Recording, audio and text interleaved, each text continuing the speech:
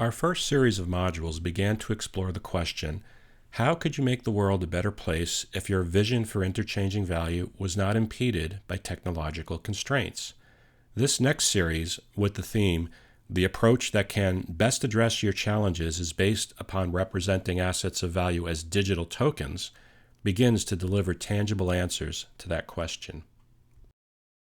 Before diving into how tokens can help you change the world, it's useful to walk through a little history because the perception of tokens is often distorted by a number of misconceptions. One of the goals of the InterWork Alliance is to align the world to a common understanding of tokens across all use cases in all industries, but that work is not yet complete.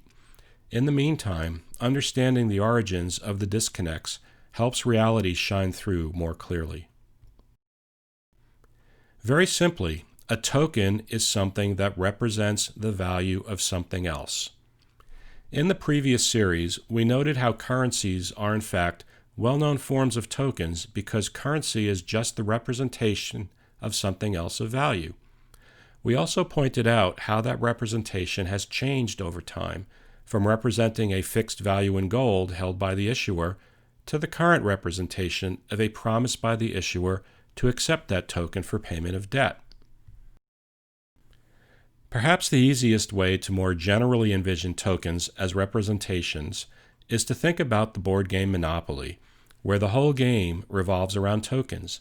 The game pieces, property cards, tiny plastic houses and hotels, play money, and get-out-of-jail-free cards are tokens that represent value. But these tokens are not all of the same type. A game piece represents a player, or, when thinking in business terms, an identity, or even an account. The play money represents monetary value, and the property cards represent land ownership, as represented by title deeds. Property cards also contain details like rents or fees, which represent contractual obligations, which will be covered in a later module.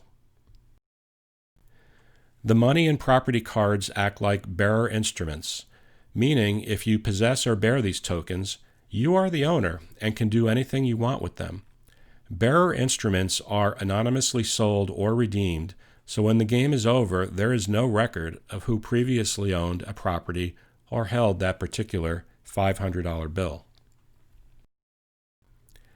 It is normal for some tokens to represent some asset of tangible value and also be owned by another token that usually represents an identity or account.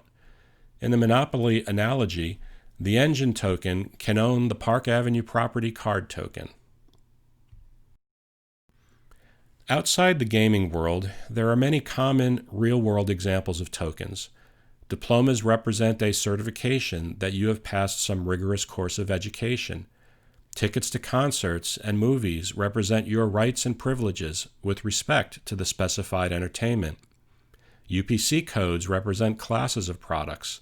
Property deeds represent ownership, and so on. Monopoly tokens are not going to help you change the world, however. That will require taking the definition of a token to a new level. The first step is to think digitally. Many tokens that used to be physical are now available in digital form, and some exclusively so. We no longer have to deal with paper stock certificates, for example, as stock markets have dematerialized.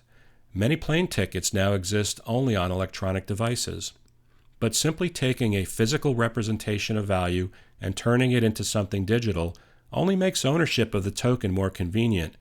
It does nothing to change the centralized, constrained, transactional structure surrounding its issuance and use. Our first series of modules focused on the historically transactional nature of managing trust and authenticity of value in human interchange.